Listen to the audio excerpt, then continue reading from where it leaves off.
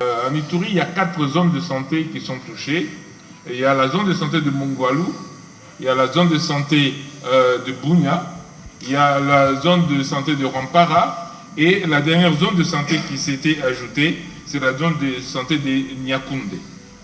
Donc il y a 4 zones de santé qui sont touchées dans la province de l'Ituri. Il y a aussi Butembo qui est touché et il y a aussi Goma où nous avons un cas.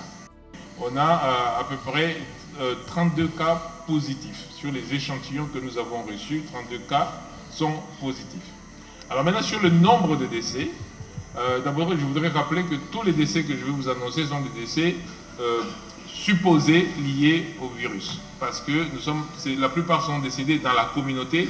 Nous faisons la recherche active, c'est-à-dire que nos équipes vont dans la communauté essayer de savoir est-ce que vous avez perdu un membre de famille, dans quelles conditions, et nous mettons tout cela ensemble pour dire voici les décès probables liés à cette maladie. Nous sommes aujourd'hui à 136 décès probables liés à la maladie. Nous avons 69 malades qui sont dans nos centres de traitement. Combien de malades possibles on a identifiés dans la communauté depuis le début? Nous sommes autour de 543 à peu près malades probables dans la communauté. Et donc, telle est la situation de la maladie aujourd'hui.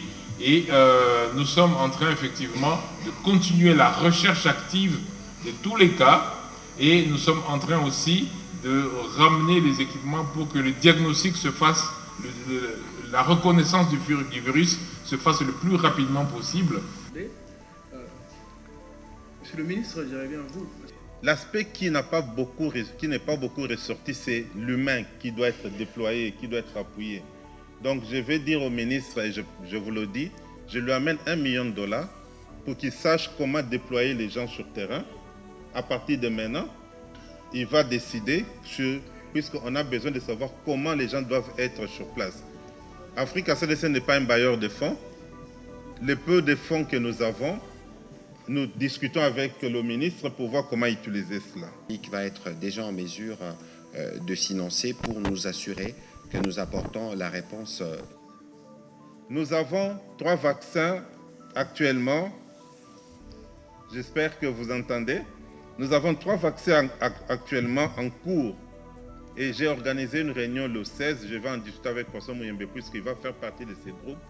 Il y a le premier vaccin, comme on a dit, le vaccin Hervé Beaumerc. Ça, c'est ce que nous poussons le plus, avec quelques spécificités sur lesquelles on est en train d'étudier. Le deuxième, c'est le vaccin Chadox des UK. Et le troisième, c'est le vaccin qu'on appelle VSV BDBV. Ça vient de Texas. Ce sont les 3 vaccins sur lesquels nous travaillons actuellement.